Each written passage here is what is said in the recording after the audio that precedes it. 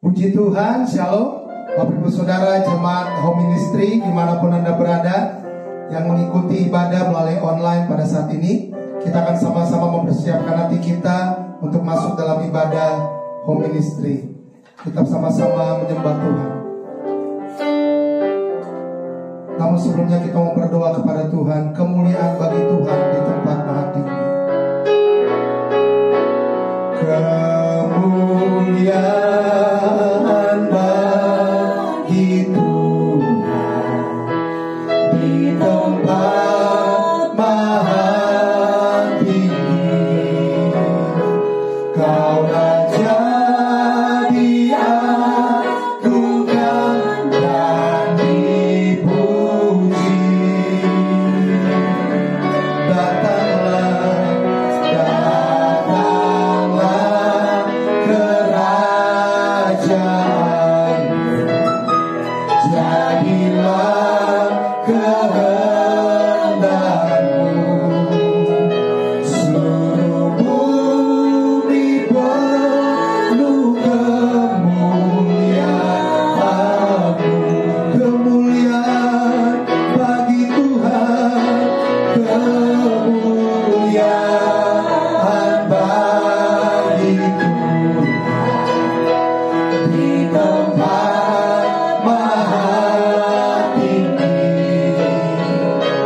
Kau Raja diagungkan dan dipuji. Datanglah, datanglah kerajaan-Mu. Jadilah kehendak-Mu. Seluruh bumi penuh kemuliaan-Mu. Seluruh bumi penuh kemuliaan-Mu. Seluruh bumi penuh kemuliaan-Mu. Mari kita sama-sama berdoa. Kami mengucap syukur Bapa. Terima kasih Tuhan Yesus untuk penyertaan-Mu, untuk kasih setia-Mu, untuk kebaikan-Mu yang kami rasakan selama 1 minggu ini. Semuanya kami tidak dapat membalas Tuhan, tapi kami mau bersyukur, kami mau memuji, menyembah-Mu. Bahkan kami mau diubahkan oleh kebenaran firman-Mu ya Bapa. Kami percaya dimanapun kami berada, tidak menghalangi kuasa Tuhan, kuasa Roh Kudus untuk bekerja di tengah-tengah kami, mengubahkan kami, menguatkan kami, bahkan yang sakit disembuhkan di dalam nama Tuhan Yesus Kristus. Kami siap untuk masuk dalam ibadah kami. Haleluya. Kami rindu masuk dalam hadirat-Mu Tuhan.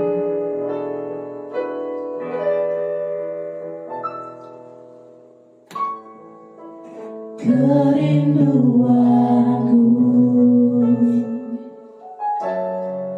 berada dekat-Mu Tuhan. Kerinduanku selalu senangkan hati-Mu. Tak pernah ku bayangkan hidupku tanpa-Mu.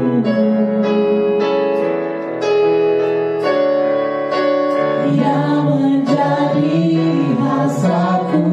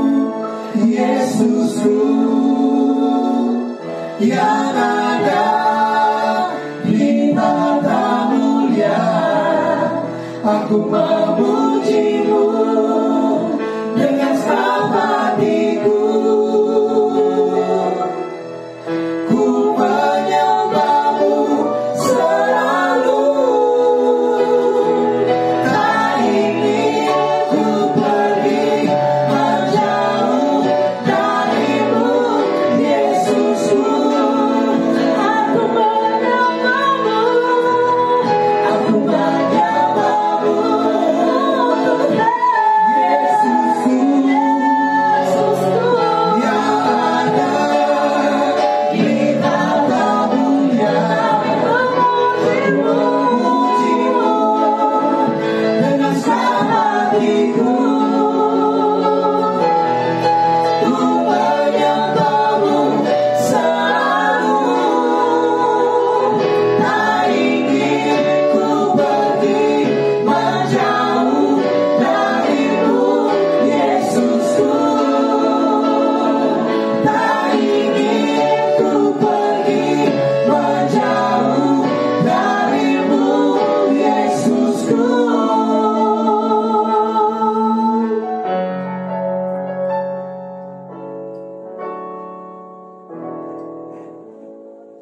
Tuhan, kita akan bersorak dan memuji Tuhan. Haleluya. Mari kita tetap tinggal berdiri.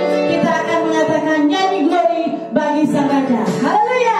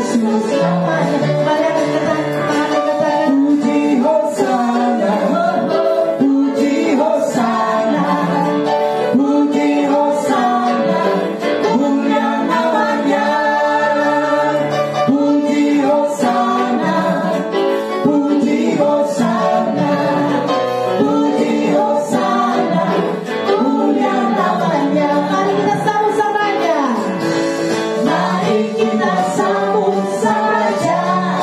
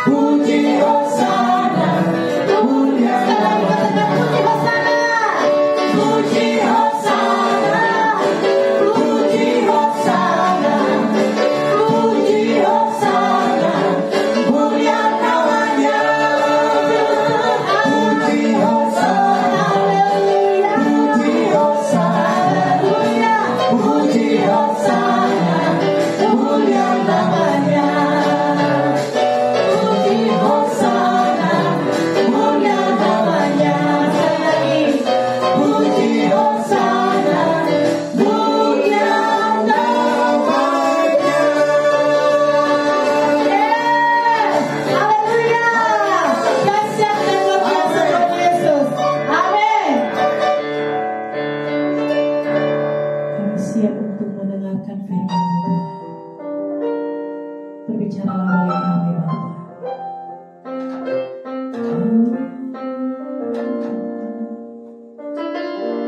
Kaulah satu-satunya yang kami andalkan dalam hidup kami.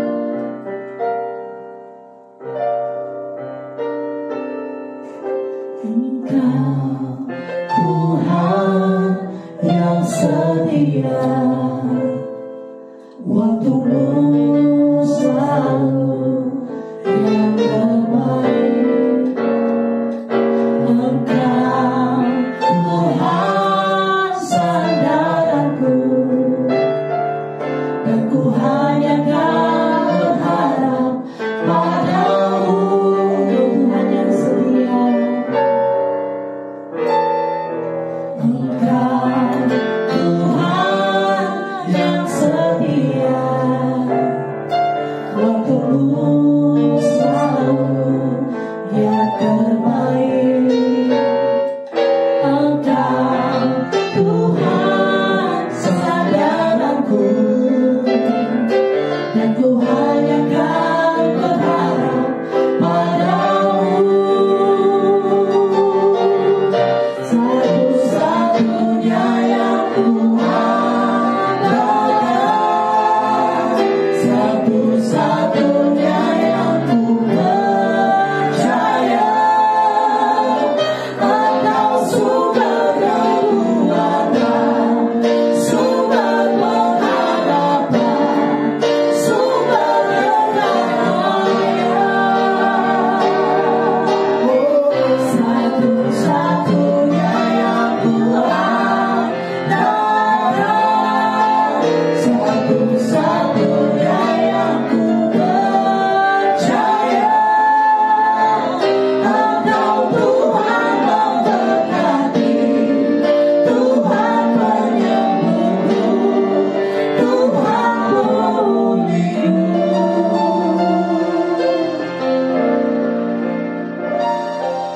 Engkau Tuhan yang setia, waktumu selalu yang terbaik. Engkau Tuhan sandaranku, dan ku hanya berharap padamu. Satu-satunya yang ku andalkan, satu-satunya yang ku percaya. Engkau sumber kekuatan, sumber pengharapan, sumber kedamaian. Satu-satunya yang ku andalkan,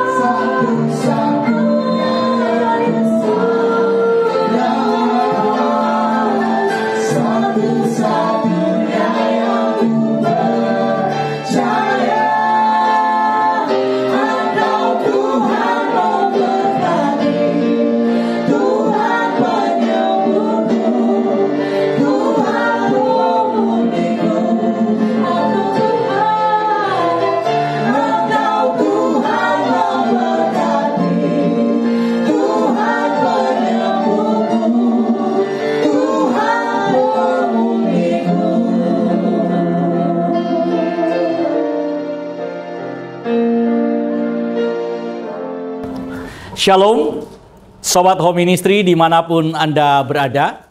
Kita akan mendengarkan firman Tuhan pada hari ini. Tapi sebelumnya mari kita berdoa terlebih dahulu. Bapa yang bertakhta dalam kerajaan sorga, Bapa yang begitu mengasihi kami. Kami mengucap syukur karena Tuhan memberikan kami hari yang luar biasa. Tuhan memberikan kami waktu, bahkan Tuhan menyerahkan dirinya sendiri untuk kami. Oleh karena itu kami mengucap syukur atas segala yang telah Tuhan kerjakan untuk kami, atas segala yang Tuhan rencanakan untuk kami. Kami percaya apa yang Tuhan rencanakan buat kami baik dan akan selalu baik. Oleh karena itu apapun yang terjadi dalam kehidupan kami, saat ini kami mau nyatakan dan mengucap syukur kepada Tuhan. Kami nyatakan di hadapan Tuhan, Tuhan Yesus baik. Selama-lamanya Tuhan kami baik. Oleh karena itu ya Bapa, ketika kami ada saat ini, biarlah Tuhan yang mengurapi kami. Biarlah kuasa Roh Kudus-Mu yang menguasai kami. Sehingga ketika kami mempelajari firman-Mu, kami mengerti sesuai dengan apa yang Engkau inginkan. Kami belajar apa yang Tuhan ingin kami pelajari. Oleh karena itu berfirmanlah kepada kami. Diamkan suara hati kami. Semua perbantahan-perbantahan yang ada di dalam logika, yang ada di dalam pikiran kami, yang ada dalam prasangka-prasangka kami tolak di dalam nama Tuhan Yesus, dan kami terima firman-Mu utuh supaya memenuhi kehidupan kami. Dalam nama Tuhan Yesus, berfirmanlah kepada kami, karena kami siap mendengar firman-Mu. Kami percaya ketika firman-Mu diberitakan, yang sakit dijamah disembuhkan oleh Tuhan, yang berbeban berat diberi kelepasan oleh Tuhan, yang datang dengan berbagai macam masalah diberi jalan keluar oleh Tuhan. Oleh bilur-bilur darah Tuhan Yesus kami telah disembuhkan, kami dipulihkan, kami diberkati. Dalam nama Tuhan Yesus kami berdoa. Haleluya. Amin. Sobat Home Ministry, kita akan membaca firman Tuhan yang diambil dari Injil Yohanes pasal yang ketiga ayat yang ke-16. Yohanes pasal yang ketiga ayat yang ke-16, demikian firman Tuhan. Karena begitu besar kasih Elohim akan dunia ini, sehingga ia telah mengaruniakan anaknya yang tunggal, supaya setiap orang yang percaya kepadanya tidak binasa, melainkan beroleh hidup yang kekal. Saudara, saya yakin ayat ini adalah ayat yang sudah seringkali kita dengar. Ayat ini adalah ayat yang berkali-kali kita baca. Bahkan ayat ini mungkin sudah menjadi ayat hafalan kita. Ayat ini mungkin saat ini nggak perlu lagi saudara buka. Ketika saya ngomong Yohanes 3 ayat 16, saudara sudah hafal luar kepala. Tapi saya ingin kita kemudian mempelajari ayat ini lebih dalam lagi. Kenapa? Karena ayat ini luar biasa dalamnya. Ayat ini adalah ayat yang ingin mendeskripsikan bagaimana rencana Tuhan itu dieksekusi di dalam nama Tuhan Yesus.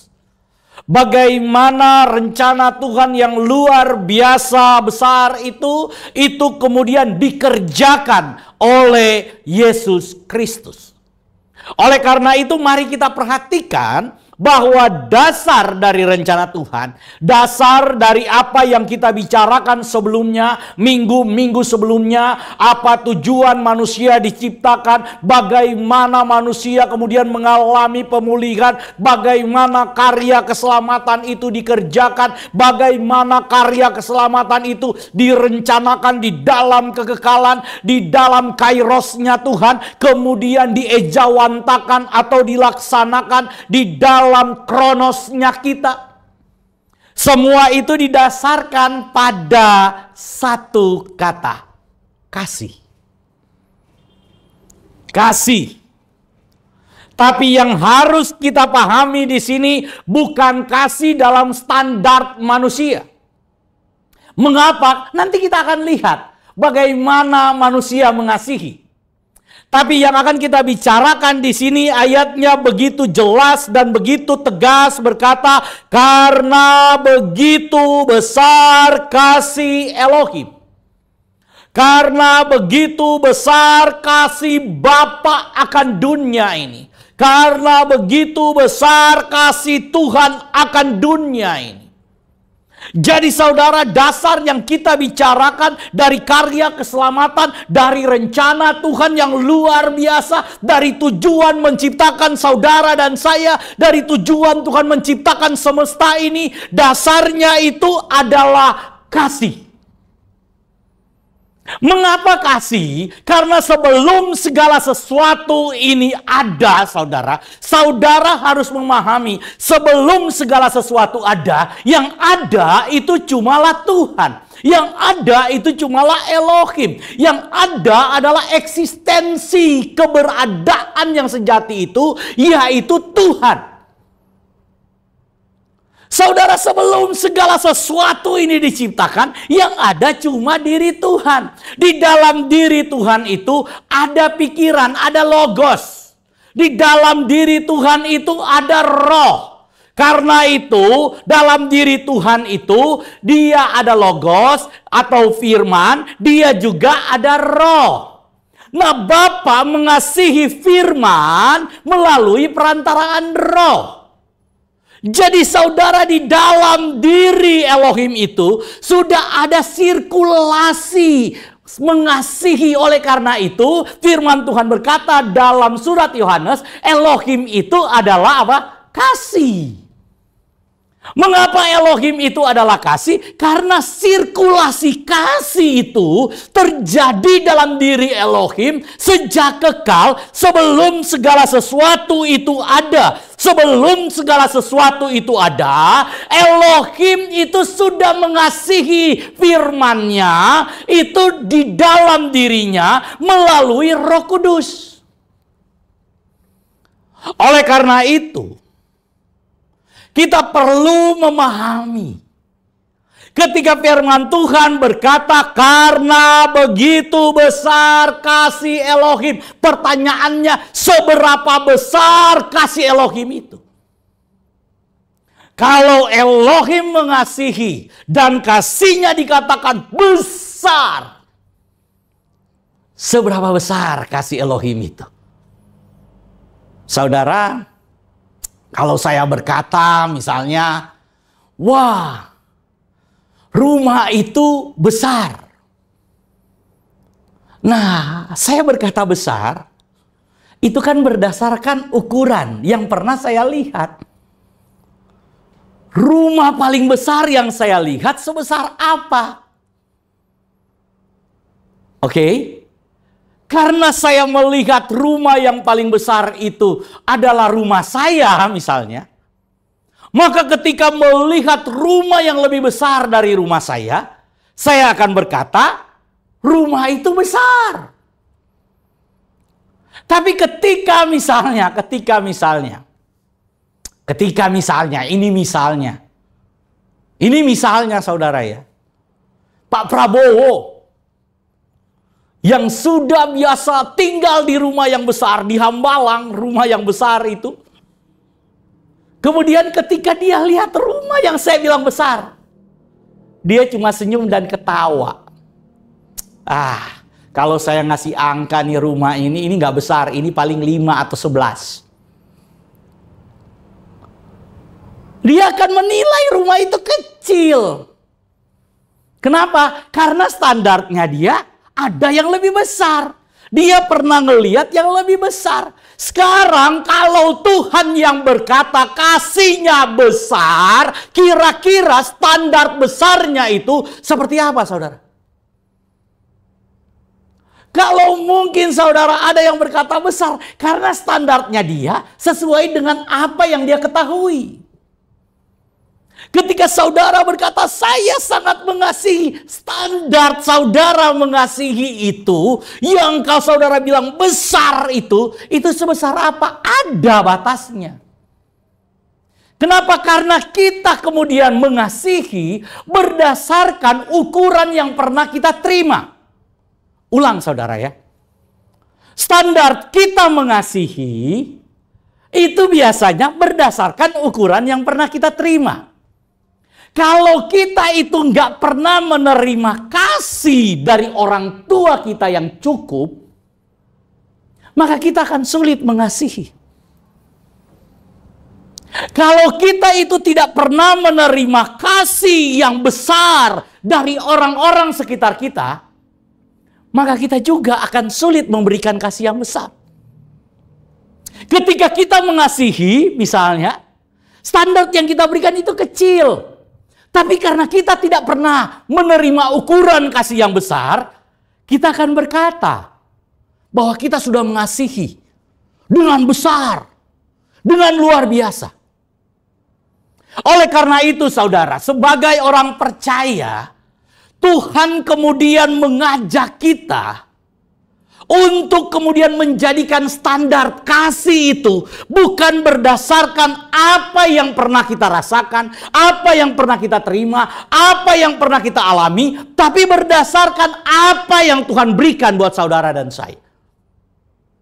Kalau standar kasihnya dari Tuhan, maka itu memang besar.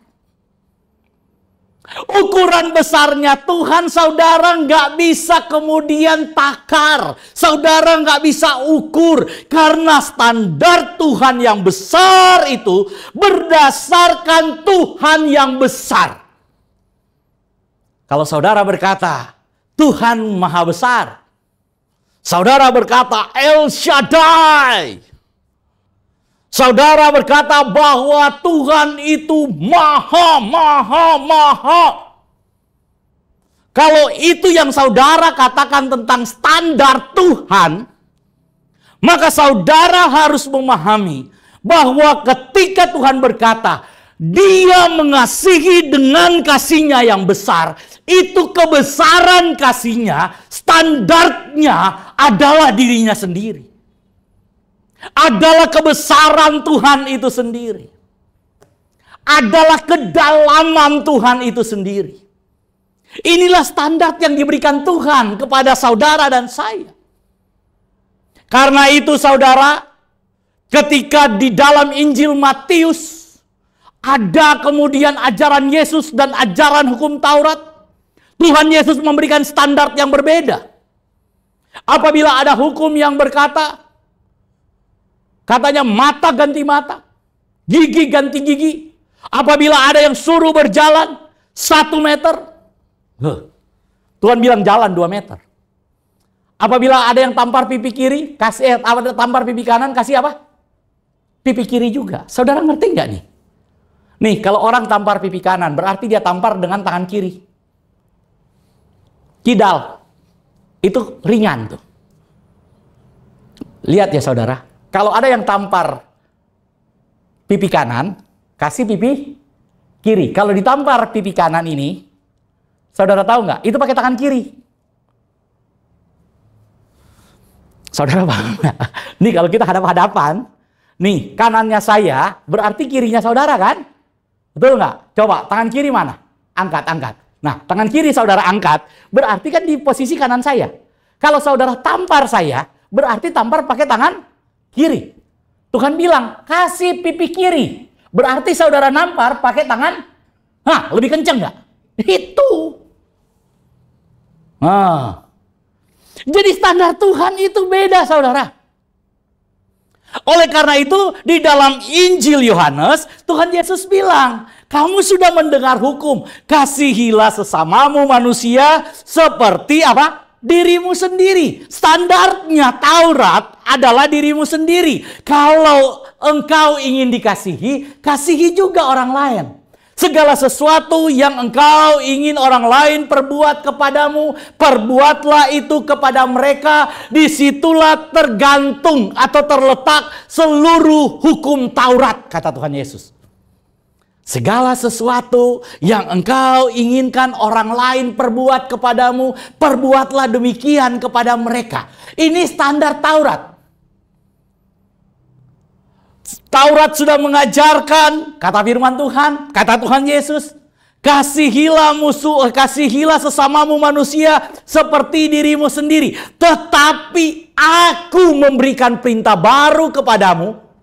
Kasihilah sesamamu manusia sama seperti aku telah mengasihi kamu. Jadi standarnya bukan standar kita lagi. Karena banyak orang yang tidak bisa mengasihi dirinya sendiri. Banyak orang yang tidak bisa berdamai dengan dirinya sendiri. Banyak orang yang tidak punya takaran ketika ingin mengasihi karena dia tidak pernah menerima kasih yang tulus. Tapi firman Tuhan mengajarkan kita, Tuhan Yesus mengajarkan kita, kasihilah sesamamu manusia sama seperti aku telah mengasihi kamu. Saudara, Tuhan Yesus mengasihi Petrus dan tetap mengasihi Petrus walaupun Petrus menyangkali Yesus. Tuhan Yesus tetap mengasihi murid-murid walaupun murid-murid lari tunggang langgang ketika Tuhan Yesus ditangkap dan disalibkan. Tuhan Yesus tidak membenci mereka. Tuhan Yesus tetap mengasihi.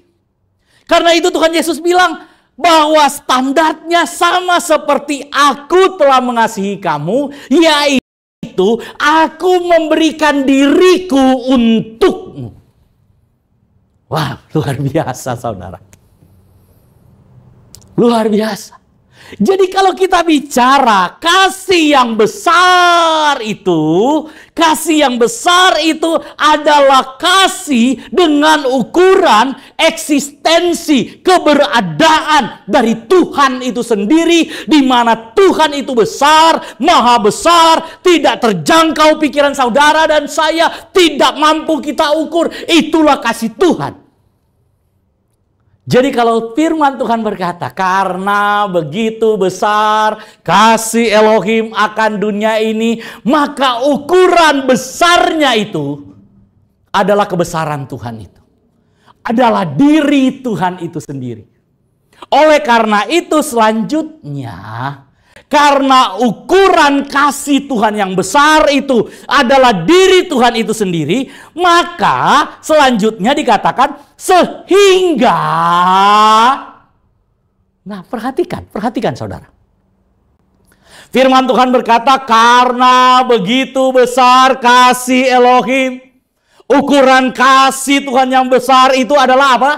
Dirinya sendiri.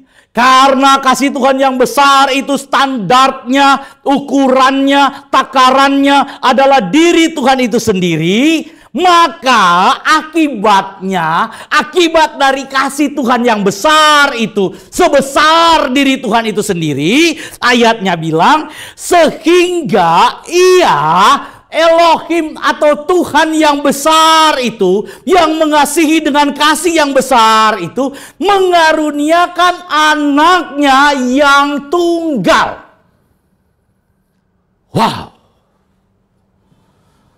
Untuk membuktikan bahwa kasih Tuhan itu memang besar, sebesar dirinya sendiri, maka ukurannya adalah dirinya sendiri.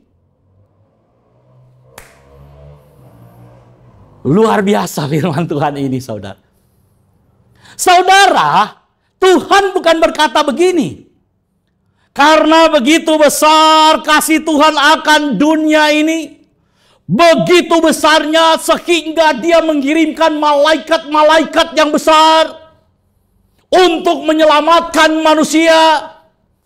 Dia mengirimkan penolong-penolong yang banyak. Dia menggunakan cara yang luar biasa. Cara yang dahsyat. Saudara, untuk membuktikan kasih Tuhan yang besar, bisa nggak kemudian Tuhan menyuruh malaikat-malaikat yang besar untuk kemudian menyelamatkan manusia? Bisa.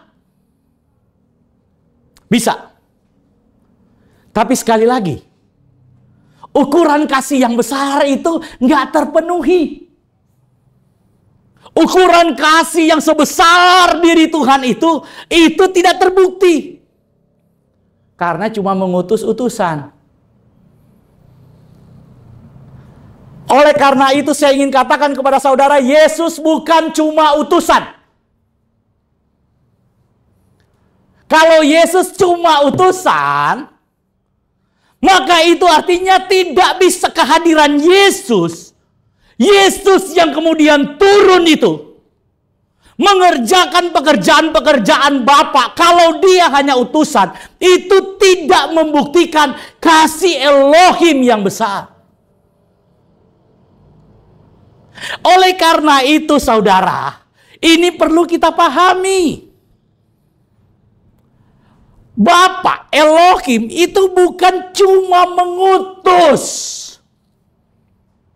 Tapi firman Tuhan bilang mengaruniakan. Saudara bisa bedakan antara mengaruniakan dan mengutus. Mengutus berarti memberi perintah, menyuruh. Yesus ini bukan utusan seperti itu. Nanti kita akan bahas posisi Yesus itu sebagai utusan di mana sih Pak? Ada ayatnya? Ya. Tapi kita sedang bicara tentang bagaimana Elohim kemudian membuktikan bahwa kasihnya besar sebesar dirinya. Saudara, minggu yang lalu, 2 minggu berturut-turut, bahkan mungkin minggu-minggu juga sebelumnya, saya sudah menyinggung dan saya sudah menjelaskan. 2 minggu berturut-turut, saya sudah menjelaskan tentang monogenes. Tentang anak tunggal Elohim. Monogenes Theos. Saya sudah menjelaskan hal itu. Apa yang dimaksud dengan monogenes itu? Firman atau logos itu adalah monogenes. Genetik gen satu-satunya dari Elohim. Karena itu saya kemudian berasumsi saudara sudah memahami apa yang ingin saya bicarakan dalam khotbah kali ini. Jadi ketika dikatakan bahwa Elohim mengasihi dunia ini dengan kasih yang besar, dan ukuran kasih yang besar itu adalah diri Elohim itu sendiri, maka saudara tidak bisa tidak Elohim itu membuktikan kasih yang besar sebesar dirinya dengan kemudian memberi dirinya. Hanya dengan memberi dirinya, maka takaran kasih yang besar sebesar Elohim itu kemudian terbukti. Kalau Elohim cuma mengutus malaikat, maka kebesaran malaikat, cara mengasihi malaikat gak mungkin sebesar cara mengasihi Elohim. Gak mungkin sebesar ekspresi kasih Elohim itu. Gak mungkin sebesar kasih Bapa itu. Oleh karena itu, bukti bahwa betul Elohim mengasihi kita, mengasihi dunia ini dengan kasih yang besar sebesar diri Elohim itu sendiri, maka dia harus menyerahkan dirinya sendiri. Itulah bukti kasih Elohim besar. Oleh karena itu dikatakan sehingga akibat dari kasih Elohim yang besar, maka dia mengaruniakan, memberikan anaknya yang tunggal monogenes. Genetiknya, gennya sendiri, dirinya sendiri diberikan saudara. Supaya barang siapa yang percaya kepadanya tidak binasa, melainkan beroleh hidup yang kekal. Kita akan bahas ini saudara. Jadi kita pahami dulu bahwa bukti bahwa Elohim mengasihi dunia ini, mengasihi saudara dan saya, yaitu dia memberikan dirinya sendiri. Oleh karena itu, ketika kita bicara tentang Yesus sebagai anak tunggal Bapa, sebagai anak tunggal Elohim, maka kita sedang berbicara tentang pribadi di mana Yesus itu sehakikat dengan Bapa, sehakikat dengan Elohim, karena dia adalah genetiknya Elohim, karena dia satu gen dengan Elohim, nggak ada gen lain yang sama seperti Yesus. Kenapa? Karena gen Yesus itu tunggal. Monogenes, satu-satunya genetika dari Elohim. Jadi Yesus sebagai Sang Firman itu dikaruniakan kepada kita. Kalau bicara dikaruniakan kepada kita, berarti dia mengambil bagian di dalam eksistensi kita, yaitu Sang Logos, Sang Firman itu menjadi daging, mengambil rupa sebagai manusia. Yesus bukan menyamar sebagai manusia,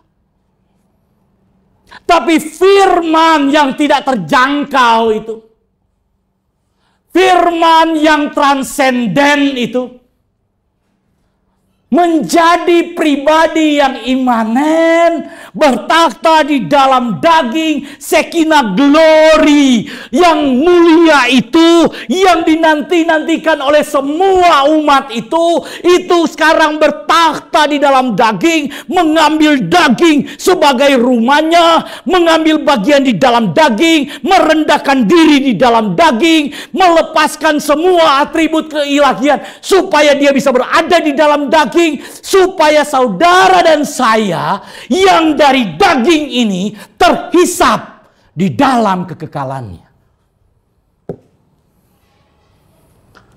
Saudara, genetik kita sekali lagi saya sudah katakan dari Adam.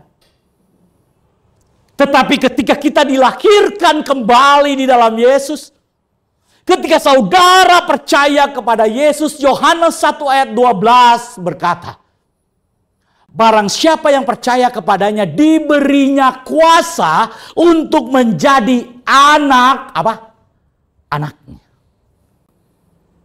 Diberi kuasa menjadi anak. Tapi saudara, yang anak tunggal itu Yesus. Saya nggak usah ulang karena saya sudah bahas ini. Beda antara status kita sebagai anak dan status Yesus sebagai anak jelas beda. Malaikat disebut anak dan Yesus disebut anak jelas beda. Yesus disebut anak dalam kapasitasnya sebagai monogenes. Anak tunggal. Anak tunggal, saudara tahu anak tunggal? Pak, anaknya berapa? Oh, saya cuma punya anak tunggal. Oh, Bapak anak keberapa? Saya anak tunggal. Dek, adek ini berapa bersaudara? Oh, saya anak tunggal. Saudara paham?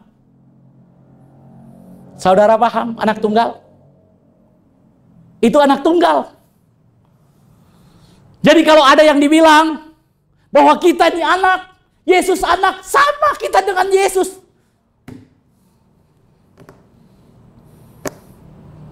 Beda. Saudara dan saya anak angkat. Kita anak adopsi. Kita ini kelompok orang-orang goyim. Orang-orang kafir. Firman Tuhan bilang harusnya kita binasa. Tetapi karena kasih Elohim yang besar sebesar dirinya itu, sebesar eksistensi Tuhan itu, sehingga ia mengaruniakan, saudara. Yang dikaruniakan itu diri Elohim itu sendiri. Melalui pribadi Kristus, melalui pribadi Sang Firman yang mengambil rupa sebagai manusia. Pastor Doni sudah memberitahukan kepada saya akan ada waktunya, saudara. Kita akan membahas tentang masalah keilahian Kristus, kemanusiaan Kristus, dan ketuhanan Kristus. 3 hal ini kita akan bahas. Tapi itu nanti di lain kesempatan. Sekarang saya ingin membicarakan tentang kasih Tuhan yang besar, karena nanti minggu-minggu ke depan kita akan masuk dalam minggu-minggu Paskah. Saat ini kita bicara Prapaskah. Saat ini kita sedang berbicara tentang kasih Elohim yang besar. Kalau kita bicara kasih Tuhan besar, ukuran kebesaran kasih Tuhan itu apa? Diri Tuhan itu sendiri. Bagaimana bukti bahwa Tuhan mengasihi dengan kasihnya yang besar? Dia mengaruniakan anaknya yang tunggal. Dia mengaruniakan dirinya sendiri. Dia menyerahkan dirinya sendiri. Itu bukti kasih Tuhan yang besar. Jadi kalau saudara berkata, Tuhan kamu besar, besar. Tuhan kamu maha kasih, maha kasih. Mengasihi kamu sebesar apa sih kasihnya? Saudara bilang, sebesar dia menyerahkan dirinya untuk saya. Siapakah saudara dan saya? Coba kita lihat diri kita. Coba saudara lihat diri saudara. Coba saudara lihat keberadaan saudara. Seberapa besar engkau? Seberapa mulia dirimu? Seberapa hebat dirimu? Sehingga Tuhan yang maha besar menyerahkan dirinya untuk ganti dirimu dan saya. Untuk menebus dirimu dan saya. Oleh karena itu, supaya setiap orang yang percaya kepadanya tidak binasa. Supaya saudara, ini kasih Tuhan yang besar itu sudah diberikan buat saudara dan saya. Saudara cuma percaya. Percaya bahwa Tuhan itu memang besar. Bahwa Tuhan benar mengasihi engkau dengan kasih yang besar. Bahwa Tuhan yang tidak terbatas mengasihi kita dengan kasih yang tak terbatas. Walaupun dosamu merah seperti kirmisi, firman Tuhan bilang kasih yang besarnya mencuci dosamu menjadi putih seperti salju. Ini kasih Tuhan yang besar. Darah Yesus membersihkan semua pelanggaran kita. Darah Yesus menyucikan semua dosa kita. Darah Yesus mengerjakan semua yang tidak bisa engkau kerjakan dan pikirkan. Supaya apa? Supaya engkau tidak binasa. Saudara dan saya harusnya binasa. Upah dosa adalah maut. Tidak ada yang benar, kata firman Tuhan. Semuanya telah berdosa. Tidak ada yang mencari Elohim. Semuanya telah berdosa. Dan upah dosa adalah apa? Maut. Saudara dan saya adalah orang-orang terhukum. Nggak bisa dengan perbuatanmu engkau bisa membayar sorga. Kemudian ada yang berkata, bukankah Tuhan mengasihi? Betul. Tuhan bukan cuma mengasihi, tapi Tuhan mengasihi dengan kasih yang besar. Dan ukuran kasih yang besar adalah diri Tuhan itu sendiri. Oleh karena itu membuktikan bahwa Dia mengasihi dengan kasih yang tak terbatas, dengan kasih yang besar adalah memberi dirinya sendiri. Oleh karena itu saya ingin katakan kepada saudara, jangan ragu untuk percaya bahwa Yesus itu adalah sehakikat dengan Elohim. Bahwa Yesus itu adalah firman Elohim yang menjadi manusia. Bahwa Yesus itu adalah pribadi yang dari sorga itu Dia sehakikat dengan Elohim yang terlibat dalam penciptaan segala sesuatu, bahwa di dalam dia segala sesuatu telah diciptakan, dan untuk dia segala sesuatu itu diciptakan. Dan dia, saudara, untuk membuktikan kasih yang besar itu, mengambil rupa manusia, mengambil daging yang sama dengan daging kita. Supaya apa? Supaya lewat apa yang dia kerjakan, dia buktikan bahwa kasihmu yang harusnya, bahwa dagingmu yang harusnya binasa, itu di-cover oleh kasihnya yang tidak terbatas. Barang siapa yang makan dagingku dan minum darahku, ia memiliki hidup yang kekal. Yesus mengambil daging supaya lewat daging yang dia korbankan itu, saudara mendapatkan tubuh dari sorga. Saudara mendapatkan tubuh yang tidak dapat binasa. Kenapa? Karena benihnya tidak dapat binasa. Monogenes. Genetik yang tidak bisa disentuh oleh maut. Genetik yang tidak bisa dijangkau oleh kematian. Genetik yang tidak bisa direbut oleh si iblis. Itu adalah genetik kekal. Itulah monogenes theos. Itulah anak tunggal Bapa. Gak bisa dijangkau, saudara. Kalau Yesus cuma manusia biasa, ya hukumnya mati. Masa kemudian yang menjadi tawanan membebaskan para tawanan, saudara pikir ada pemberontakan di neraka? Kalau ada pemberontakan di neraka, maka yang terjadi, orang yang menang pemberontakan jadi raja neraka, bukan pindah ke sorga. Jadi jangan keliru cara berpikirnya. Yang bisa dihasilkan oleh daging adalah daging. Daging tidak mungkin bisa menghasilkan roh. Jadi kalau Yesus hanyalah manusia daging, maka yang dihasilkan adalah daging. Tapi karena Yesus itu lahir dari Roh Kudus, dia adalah monogenes theos itu. Dia bukan lahir dari benih daging. Dia bukan lahir dari benih laki-laki. Maka Yesus tidak tersentuh maut. Karena benihnya tidak tunduk kepada hukum maut. Benihnya tidak tunduk pada hukum maut.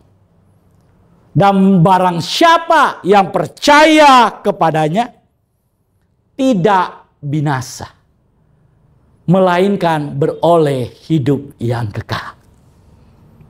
Apakah saudara percaya bahwa Tuhan Yesus mengasihi saudara dengan kasih yang besar, sebesar diri Tuhan itu sendiri?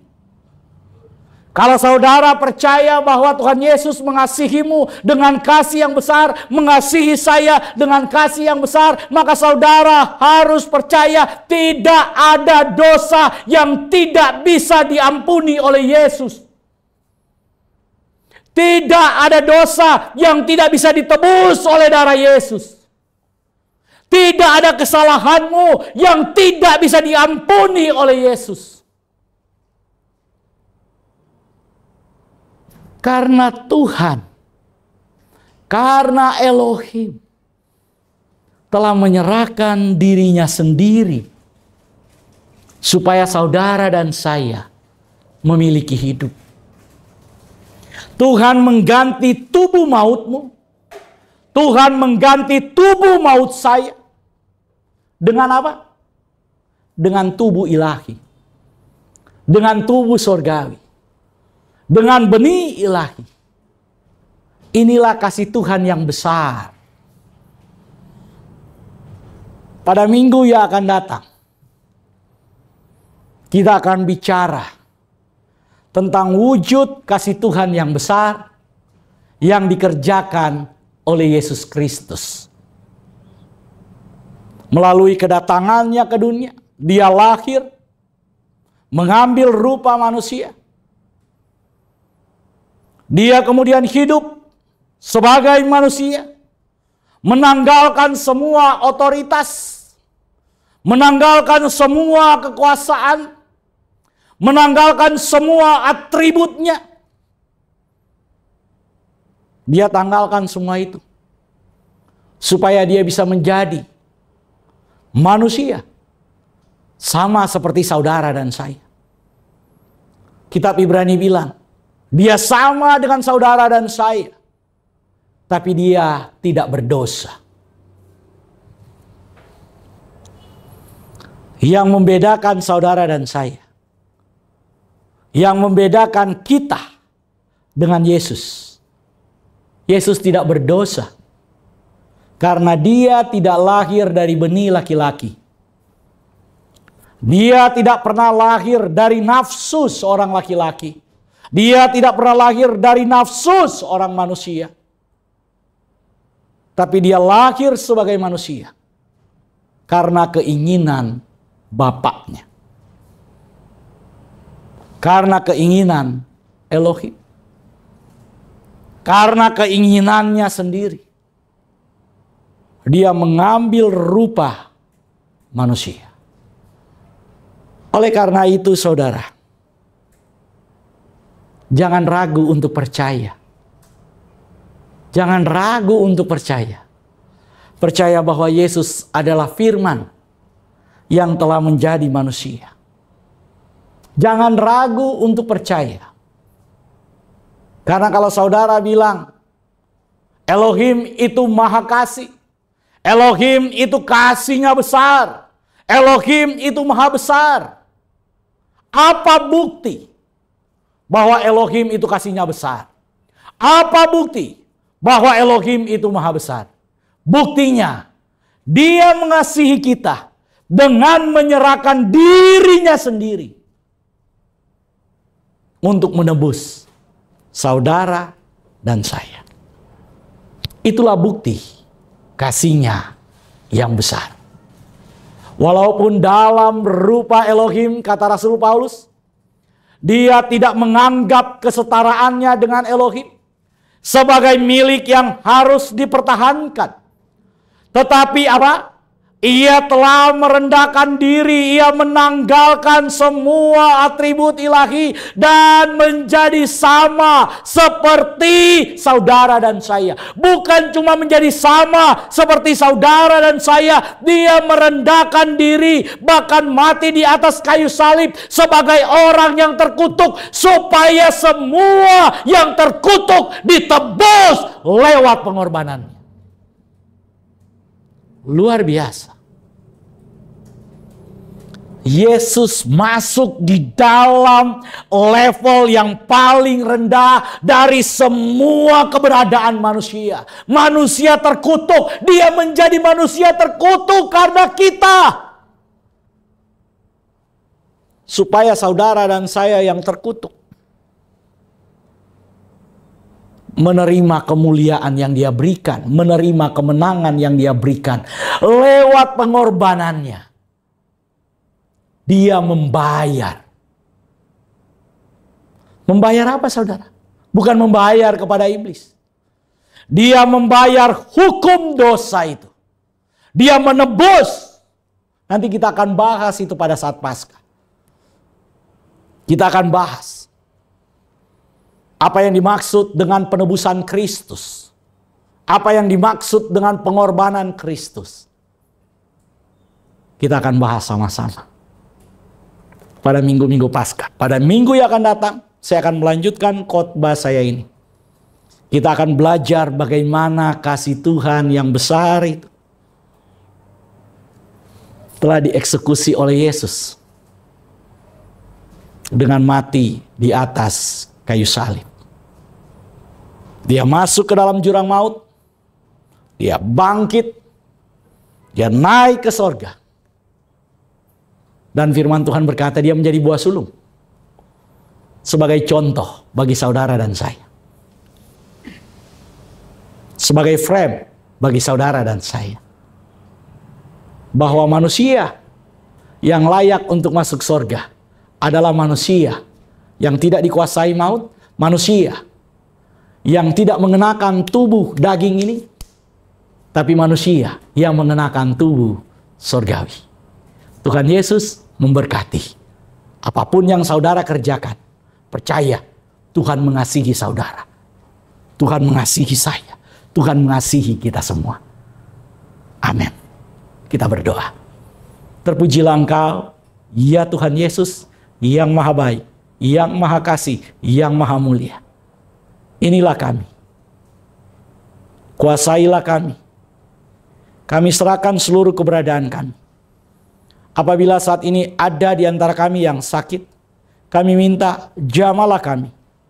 Biarlah bilur-bilur darah Tuhan Yesus menyembuhkan kami. Darah Kristus menyucikan kami. Darah Kristus memperbaharui hidup kami. Dalam nama Tuhan Yesus, kami disembuhkan. Kami dipulihkan. Kami diberkati. Haleluya. Amin. Sobat Home Ministry, sampai jumpa minggu yang akan datang. Dan selama minggu-minggu Paskah ini, ambil waktu saudara untuk terus mendekatkan diri kepada Tuhan. Lewat penyembahan, lewat pujian, lewat firman Tuhan yang saudara baca dan renungkan. Karena kita percaya Tuhan kita mengasihi kita dengan kasih yang sangat besar. Tuhan Yesus memberkati. Sobat Home Ministry, kita akan masuk di dalam perjamuan kudus. Dan mari kita dengarkan ketetapan perjamuan kudus. Yesus berfirman, "Akulah roti hidup yang telah turun dari sorga. Jikalau seorang makan dari roti ini, ia akan hidup selama-lamanya. Dan roti yang kuberikan itu ialah dagingku yang akan kuberikan untuk hidup dunia. Barang siapa makan dagingku dan minum darahku, ia mempunyai hidup yang kekal, dan aku akan membangkitkan dia pada akhir zaman. Sebab dagingku adalah benar-benar makanan, dan darahku adalah benar-benar minuman. Barang siapa makan dagingku dan minum darahku, ia tinggal di dalam aku dan aku di dalam dia. Sama seperti Bapa yang hidup mengutus aku dan aku hidup oleh Bapa. Demikian juga barang siapa yang memakan aku, akan hidup oleh aku. Inilah roti yang telah turun dari sorga. Bukan roti seperti yang dimakan nenek moyangmu dan mereka telah mati. Barang siapa makan roti ini, ia akan hidup selama-lamanya." Lalu Yesus mengambil roti, mengucap syukur, memecah-mecahkannya dan memberikan kepada mereka. Katanya, "Inilah tubuhku yang diserahkan bagi kamu. Perbuatlah ini menjadi peringatan akan aku." Demikian juga dibuatnya dengan cawan sesudah makan. Ia berkata, "Cawan ini adalah perjanjian baru oleh darahku yang ditumpahkan bagi kamu." Saudara, kalau saudara percaya, mari kita angkat lebih tinggi dari kepala kita. Dan mari kita mengaku bersama-sama.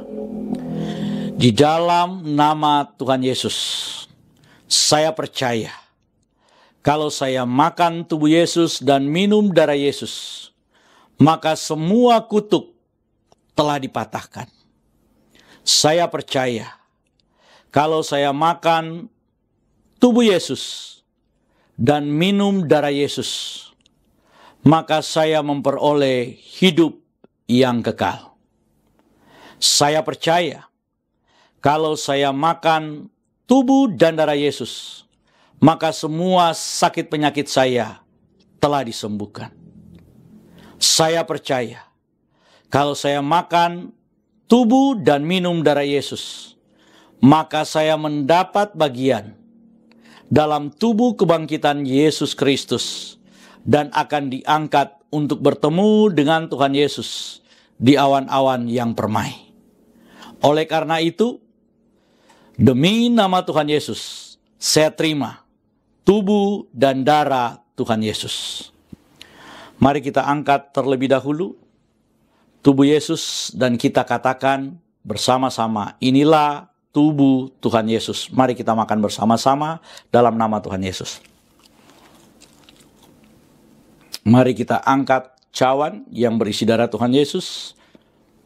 Dan kita katakan, inilah darah Tuhan Yesus. Mari kita minum bersama-sama dalam nama Tuhan Yesus. Kita telah menyatu dengan tubuh dan darah Tuhan Yesus. Mari kita mengucap syukur bersama-sama.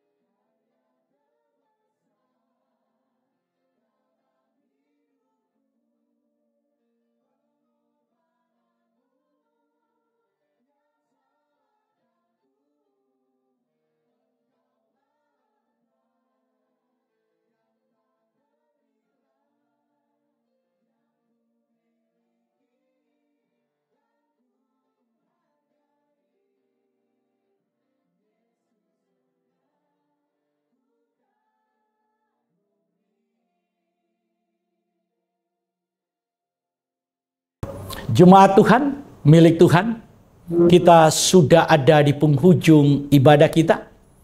Dan sebelum kita mengakhiri ibadah kita akan menerima berkat-berkat Tuhan. Angkatlah kedua belah tanganmu, arahkan hati dan pikiranmu, dan aminkan semua berkat yang diucapkan bagimu. Diberkatilah hidupmu, diberkatilah keluarga, suami, istri, anak-anak, bahkan cucu-cucumu. Diberkatilah rumah tempat tinggalmu. Diberkatilah tubuh jasmani dan kesehatanmu. Diberkatilah pendidikan dan semua studimu.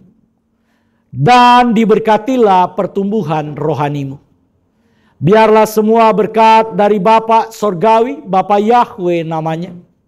Cinta kasih dari Tuhan kita Yesus Kristus, Yesua HaMasiah, dan persekutuan dengan Roh-Nya yang kudus, Ruach HaKodes, menyertai kita semua, mulai dari sekarang sampai selama-lamanya. Kita yang percaya diberkati oleh Tuhan dan menerima berkat Tuhan ini. Mari berkata bersama saya, amin.